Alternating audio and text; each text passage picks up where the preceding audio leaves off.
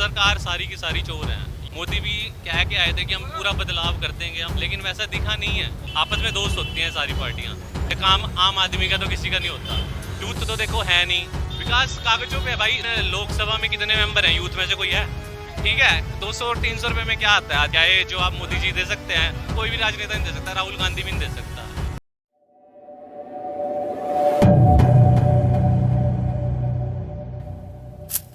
क्या नाम है आपका? मेरा नाम मुकुल है। कहाँ से हैं आप? मैं करनाल से, हरियाणा।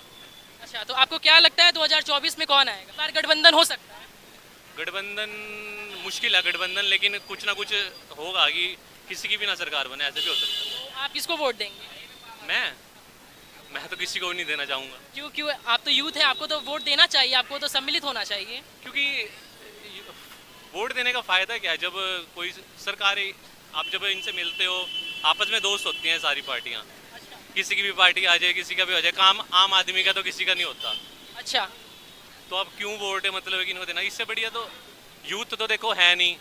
यूथ तो सारी आप जैसे यूथ है, हम यूथ हैं, कहाँ हैं हम?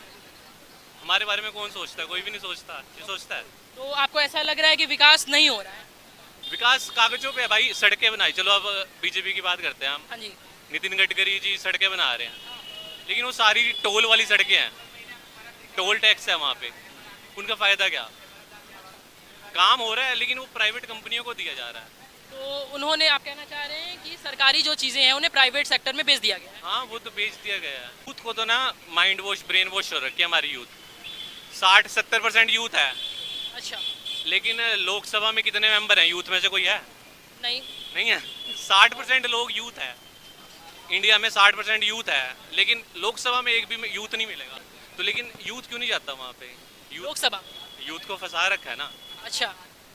यूथ को आप ये कर्जे में फंसा देती है सरकारें, बैंक। मतलब कि यूथ जैसे जैसे बड़ा होता है, 21-22 साल का हुआ, उसका मन चंचल होता है उस टाइम, तो उसको ये फंसा लेते हैं कि किसी को यहाँ फंसा दो, किसी को यहाँ फंसा दो, किसी को। अब आप इंस्टा, सोशल मीडिया का ज़माना है। हाँ। पहले स्टार होते थे, जैसे फिल्म स्टार हो गए, अब कोई भी बंदा मतलब कि स्टार बन सकता है। एक छोटे से भी आदमी को ना स्टार की फील देती है, तो यूथ को ना।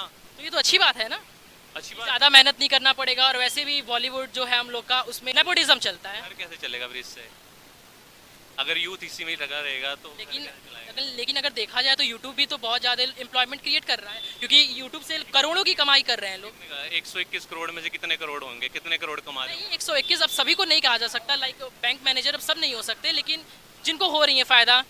अब गवर्नमेंट कहती है कि हम इकोनॉमिकली सबसे ऊपर टॉप में पहुंच जाएंगे, टॉप 5 पे फिलहाल अभी टॉप 5 में पहुंच जाएंगे, लेकिन टॉप 5 में पहुंच चुके हैं, टॉप 3 में टॉप पहुंच। 3 में बोल रहे हैं, लेकिन वो टॉप 3 में कैसे पहुंचेंगे? सिर्फ बड़े लोग, जो अमीर लोग हैं, वही पहुंचेंगे। उनकी वजह से देश। लेकिन गरीब आदमी से पूछो, किसी से पूछो, भाई महंगाई बढ़ी है या क्या बढ़ा है? महंगाई ज़्यादा बढ़ी है या आपकी कमाई बढ़ी है? उधर देखिए ना। महंगाई बढ़ी है? बहुत बड़ी हो गई है। आपको क्या लग रहा है? क्या लग रहा है? दिन भर चला रहे हैं तो अब इनका बच्चों का खर्चा कैसे निकलेगा? अच्छा। नहीं, अब इनको कमाना पड़ता है। इसे 300-350 रुपये इसका रेंट देना पड़ता होगा, 400 रुपये रेंट देना पड़ता होगा। ठीक है, उसके बाद ये कहते हैं क्या, अगर काम मिला नहीं मिला 200-300 रुपये बचेगा इनको। ठीक है, 200 और 300 रुपये में क्या आता है आज के टाइम में? क्या ये जो आप मोदी जी दे सकते हैं, या कोई भी राजनेता नहीं दे सकता, राहुल गांधी भी नहीं दे सकता है। तो आपको क्या लग रहा है कि किस सरकार को लाना चाहिए कि जिससे महंगाई कम हो जाए, एम्प्लॉयमेंट बढ़ जाए? ये कहना है कि पहले तो ना, कोई किस सरकार सारी की सारी चोर है। यूथ को आना चाहिए, साफ सीधी बात है, चेंज आना चाहिए।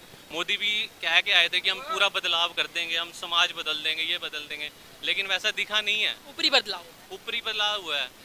अब जैसे कहते हैं ना, उद्योगपति चलाते हैं अच्छा। गवर्नमेंट को। अब गवर्नमेंट में एक बंदा था वहाँ पे चलाने वाला, अब उन्होंने उसके अगेंस्ट में एक और बंदा खड़ा कर दिया। नाम नहीं लेना चाहूँगा आपको, लेकिन पता ही होगा। अभी हाल में ही खबर आई थी कि तमिलनाडु सीएम के बेटे जो हैं उदयनिधि, वो सनातन को डेंगू मलेरिया से कंपेयर कर रहे थे, तो आप उस पर क्या कहना चाहेंगे? देखो, धर्म के ऊपर तो कुछ नहीं बोलना चाहिए, ना बोलना चाहिए, लेकिन जो भी है हमारा सबसे पुराना धर्म है, उसकी रिस्पेक्ट सबको करनी चाहिए। ठीक है, सनातन धर्म एक ऐसा धर्म है जो पूरी दुनिया को जोड़ना चाहता है। हाँ जी।